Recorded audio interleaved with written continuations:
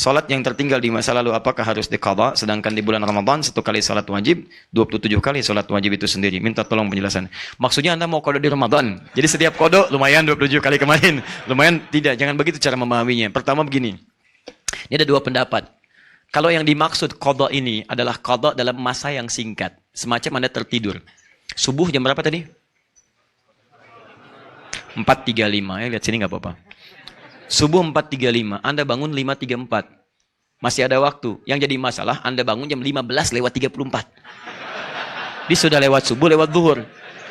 Betul. Ini ada kejadian. Di Tripoli pernah kejadian, orang 2 hari 2 malam nggak bangun-bangun. Ini kisah nyata, bukan rekayasa. Kisah nyata. Kisah nyata. 2 hari 2 malam, tidak bangun-bangun. Didorong, digulang-guling, tidak. Nggak mungkin dilempar dari atas, meninggal kan? Dia masih hidup. Susah. Apa yang terjadi? Ternyata setelah 2 hari dia bangun. Baik, dalam seperti itu berlaku hadis Nabi SAW.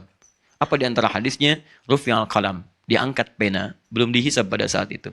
Antara satin dari 3 hal. Salah satunya anin naimi hatta yastayqidha. Dari orang tidur sampai bangun. Di orang tidur itu, saat bangunnya itulah waktu sholatnya. Bukan nggak pakai waktu sholatnya. Jadi begitu bangun, sholatnya di situ. Ya, dan ini pernah dialami di masa Nabi SAW. Jadi masa Nabi itu pernah kejadian. Kenapa hadis ini lahir salah satunya? Di masa Nabi pernah kemudian perjalanan yang luar biasa. Lelahnya, capek luar biasa. Malam-malam. Menjelang kepada akhir malam. Setelah kemudian sholat malam sebagainya. Nabi katakan pada Bilal, Bilal kamu jaga ya. Kita istirahat. Kata Bilal, tenang ya Rasulullah. Saya pun ikut tidur. Nanti saya bangunkan insya Allah. Dia bangunkan. Saya bangunkan katanya. Yakin. Udah tidur semua. Begitu bangun, Bilal ikut tidur semuanya. Yang membangunkan apa? Dengan izin Allah, cahaya matahari sudah mengenai sinar mata Nabi SAW. Bangun dengan cahaya matahari, bukan dengan bangun suara Bilal. Nabi bangun, Bilal masih tidur. Kata Nabi, wailak ya Bilal, celaka kamu Bilal. Katanya kamu bangun, kok kamu ketiduran? Kalau kamu nggak mampu, jangan katakan insya Allah saya bangunkan. Jangan katakan saya bangunkan. Jangan katakan. Maka dari situ kemudian kata Nabi berwudu semuanya. Setelah wudu, adzan kamu Bilal. Setelah itu, tunaikan sholat sunnah. Setelah itu, ayo sholat. Jadi semuanya sholat pada saat bangunnya. Pertanyaannya, Ustaz, kok bisa Nabi kesiangan? Awas, hati-hati. Jangan ikut-ikutan orientalis. Betul. Karena ada yang pernah ikut orientalis. Ya, hadis itu baru dikumpulkan 200 tahun setelah wafatnya Nabi SAW. Itu ikut-ikutan. Dan ngaku ustad lagi. Ya? Itu bahaya. Kalau itu orang gila, bolehlah bawa aja silahkan. Kita itu. Gak ada masalah kalau itu. Ya. Tapi yang asli jangan. Tolong jangan dipotong video saya.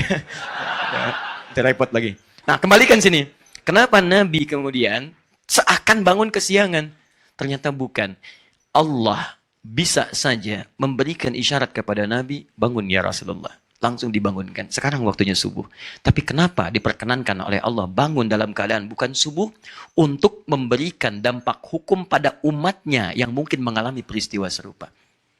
Kalau Nabi, itu mudah dibangunkan. Kalau nggak pernah kejadian seperti itu, bagaimana cara menerangkan hukumnya? Makanya yang akan mengalami itu kebanyakan umatnya, bukan Nabinya. Karena itulah Nabi diberikan seperti itu bersamaan dengan umatnya supaya menerangkan hukum dan disebarkan oleh umatnya pada saat itu. Karena itulah kemudian teman-teman sekalian, jika ada orang yang tertidur dalam masa singkat tadi kemudian bangun saat itu dia sholat. Anda ketiduran misalnya kan, bangun jam 9, saat bangunnya itu sholat. Tapi ingat, bukan dalam rangka ketiduran dalam nuansa yang disengaja. Ada peluang nih, tiduran, ya, tiduran. Bukan, Anda memang tertidur capek lelah. Tapi kalau tidur Anda karena bergadang, lihat bola dan sebagainya. PSG ketemu dengan Madrid nih. Ketemu dengan Madrid hari Kamis dini hari. Wah, sudah catat tanggalnya macam-macam. Madrid sedang gak bagus di Liga nih, tertinggal terus. Bahkan kemarin dia seri lagi. Sebelumnya kalah dan salib Barcelona. Poinnya udah 19 bedanya, gak mungkin kesusul. Sedangkan di PSG, waduh, sedang juara pertama nih. Kemarin menang 3-0. Neymar ngegolin lagi, ngasih assist lagi. Cuman dia belum dapat Ballon d'Or. Kalah sama Ronaldo dengan Messi. Tapi Ronaldo sedang turun. Sekarang bertemu antara Ronaldo dengan Neymar. Di mana kira-kira? Dilihat jadwalnya. Saya nggak pernah nonton, Pak. Nggak ada kerjaan.